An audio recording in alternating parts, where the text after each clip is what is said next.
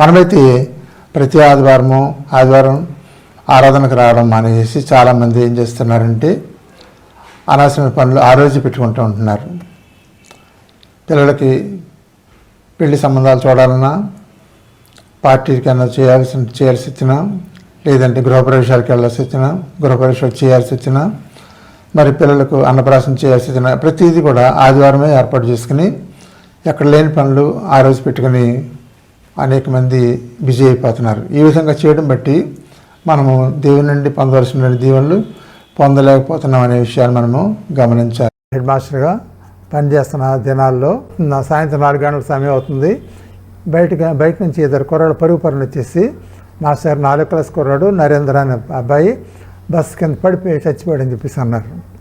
నేను వెళ్ళేటప్పటికి ఇదంతా జరిగేటడికి 4 గంటలకు బస్సు కింద పడిపోయాడట కుర్రాడు. నేను వెళ్ళేటడికి 4:30 వస్తుంది. అప్పటివరకు కూడా బస్సు కింద నుంచి ఆ పిల్లని ఎవరు తీయలేదు.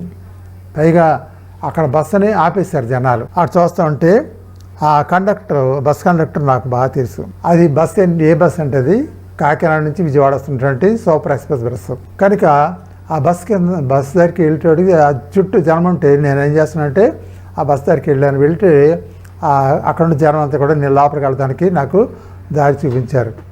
వెంటనే ఆ కండక్టర్ ఇచ్చి అన్నాడు, అయ్యా మేము బస్సుకు వస్తుంటే మాకు ఎదురుగుండా ఈ యొక్క కుర్రాడు 2 మాపలను ఎక్కించుకుని స్పీడ్గా సైకిల్ మీద వస్తున్నాడు. మా బస్సు సీట్ వెళ్ళాలో తెలియక పాపం కంగారు పడిపోయాడు అన్నారు. నేను వెంటనే బస్ కిందకి తొంగి చూసాను.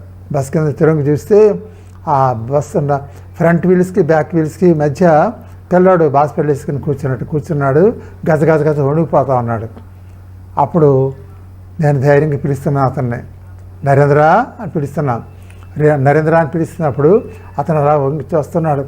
నీకేం భయం లేదు, నీకేం కాలేదు, నీకేం ప్రమాదం లేదు, రా నేను ఉన్నాను ఇక్కడ, నా దగ్గర రా, నేను చేయందిస్తున్నాను, చేపట్టుకో అని చెప్పేసి నా కుడి చేయి బస్ కిందకి వంగి అతనికి అప్పచెప్పినప్పుడు నా చేయి పట్టుకుని నెమ్మదిగా బస్ కింద నుంచి రావడం జరిగింది.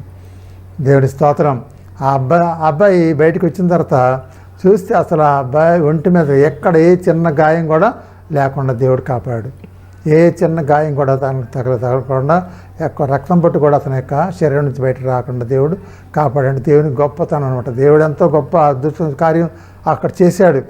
ఆ పిల్లాడిని తీసుకొని బయటకు వచ్చిన తర్వాత చూస్తే ఒంటి మీద వీళ్ళంతా కూడా నీట్గా ఉంది, నీకేం భయం లేదు, నువ్వు ధైర్యంగా ఉండు, బాగున్నావు అని చెప్పి అతను ధైర్యపరిచాను.